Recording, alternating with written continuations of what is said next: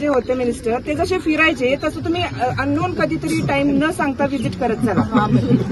That is the best solution. अशी गरज नाहीये की तुम्ही प्रश्न विचारणार आणि सांगणार. अजित पवार ज्यावेळेस पुणे दौऱ्यावर होते त्यावेळेस तिथल्या स्थानिक महिलांनी अजित पवारांसमोर काही समस्या मांडल्या, ट्रॅफिक बद्दल बोलले. त्यावेळेस अजित दादांची प्रतिक्रिया काय आहे आपण आता ह्या व्हिडिओमध्ये पाहणार आहे. आणि तुम्ही तुमचं कॉमेंट सेक्शनमध्ये मत नक्की सांगा की पुणे ट्रॅफिक बद्दल काय वाटतं. आता अजित दादांचा पूर्ण व्हिडिओ बघा, मग नक्की कॉमेंट सेक्शनमध्ये तुमचं मत तुम्ही नक्की सांगा. पर्रीकर सर जसे दिवसा कधी फिरायचे तसं तुम्ही कोणीतरी तुम्हीच राहतात. तुम्ही कधीतरी ट्रॅफिकचा टाइम जेव्हा असतं ना तेव्हा कुणीतरी यायला पाहिजे. असं नाही की माहिती नाही असं होऊ शकत नाही. अँब्युलन्स मनोहर पर्रीकर गोव्याचे जे होते मिनिस्टर ते जसे फिरायचे तसं तुम्ही अननोन कधीतरी टाइम न सांगता व्हिजिट करत चला. That is the best solution. अशी गरज नाहीये की तुम्ही प्रश्न विचारणार आणि सांगणार. नाही सर, असं आम्हाला म्हणायचं नाहीये. फक्त आम्ही इतकं इरिटेट झालेलं आहे की ते राहायचं की नाही हा प्रश्न पडलेला आहे आम्हाला. एक मिनिट, आता जरा थांबा. एक मिनिट, तुम्ही याच्या आधी आम्ही सगळं ऐकलेलं आहे. आता तुम्ही विचारांनी निवेदन पण दिलेलं आहे. याच्यात वेगवेगळ्या एजन्सी आल्या, पीएमसी आली आहे, पीएमआरडी आली आहे. अर्थात नागरिकांना काही घेणं देणं नाही पीएमसी आणि पीएमआरडी. त्यांना त्यांच्या सुविधा पाहिजे त्या मताशी आम्ही 100% सहमत आहोत आणि त्याच संदर्भामध्ये आमचं काम चाललेलं आहे. आम्हाला उशीर झाला त्याबद्दल आम्ही दिलगिरी व्यक्त करतो, परंतु आता आम्ही पुन्हा त्याच्यामध्ये अधिक कशी गती देता येईल आणि ह्या कामाला टॉप प्रायोरिटी कशी देता येईल. आम्हाला सगळ्यांना खूप होप्स आहेत, त्याबद्दल काही शंका नाहीये. पण सर, पर्रीकर सर जसे दिवसा कधी फिरायचे तसं तुम्ही कोणीतरी तुम्हीच राहतात. तुम्ही कधीतरी ट्रॅफिकचा टाइम जेव्हा असतं ना तेव्हा कुणीतरी यायला पाहिजे. असं नाही की माहिती नाही असं होऊ शकत नाही. अँब्युलन्स मनोहर पर्रीकर गोव्याचे जे होते मिनिस्टर ते जसे फिरायचे तसं तुम्ही अननोन कधीतरी टाइम न सांगता व्हिजिट करत चला.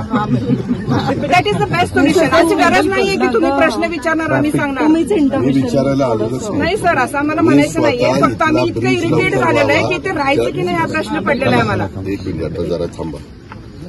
हॅलो, मी आणि आम्ही ज्या एरियात आता थांबलेलो आहे तो एरिया पीएमआरडी तर तो आता आपण पीएमसीकडे हँडओव्हर केला पाहिजे. आणि इथं खूप नागरिक मोठ्या प्रमाणात राहायला आलेले आहेत वेगवेगळ्या भागातनं.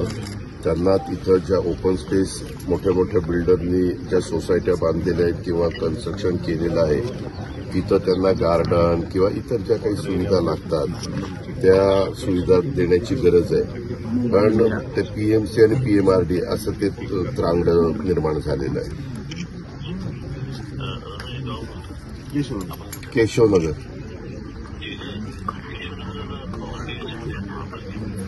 नाही आता महानगरपालिकेत पीएमसी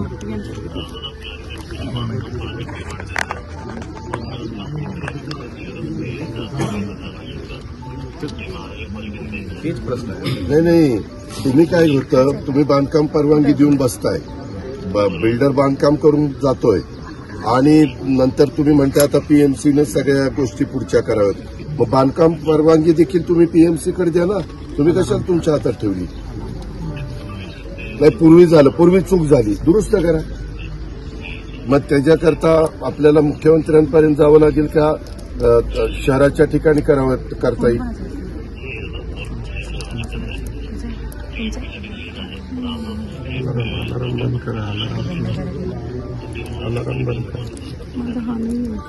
नाही, त्यातलं नको.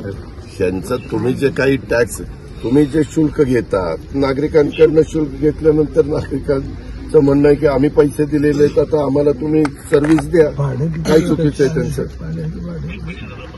टॅक्स किती घेतात? टँकर्सचे 5,000 मंथली जातात.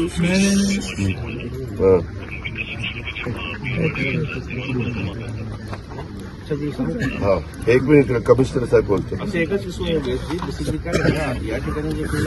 बरं, गाडी